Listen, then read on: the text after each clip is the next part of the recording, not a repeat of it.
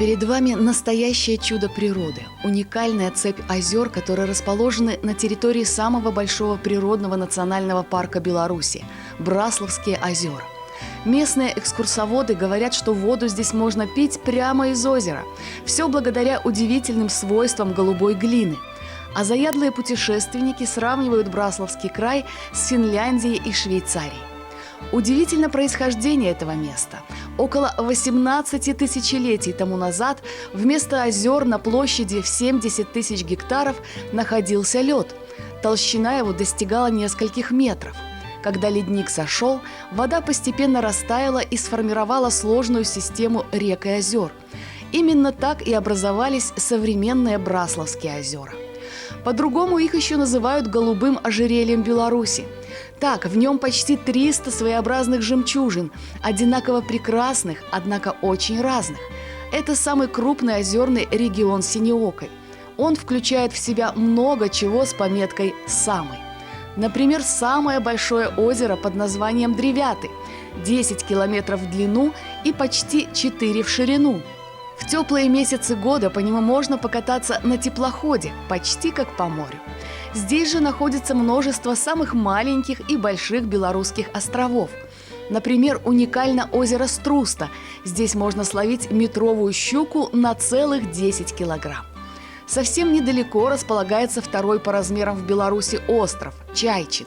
Это место жительства большой колонии чаек. Вообще в национальном парке Брасловские озера проживает 200 видов пернатых. Среди местных птиц особым почетом славится лебедь-шипун. Кроме того, тут произрастает более 800 различных видов растений.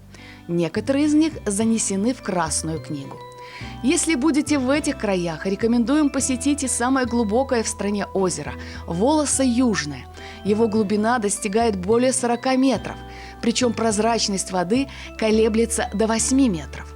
Удивительное по своей красоте и чистоте место уже давно пользуется популярностью у местных жителей.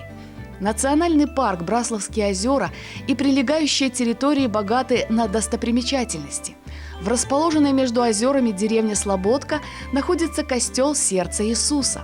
Белоснежная святыня является символом всей Брасловщины.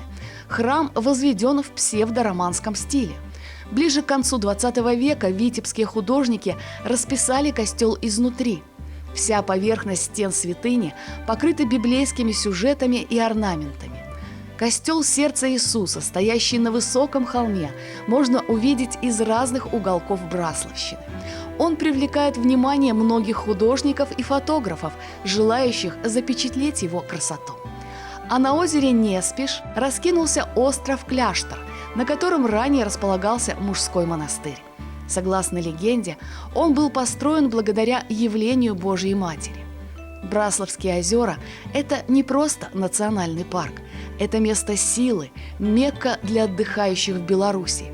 Пейзажи невероятные и притягательные, столько экзотики, загадки, экспрессий, а вместе с тем и вселенского покоя, особенно если посмотреть на них с высоты птичьего полета.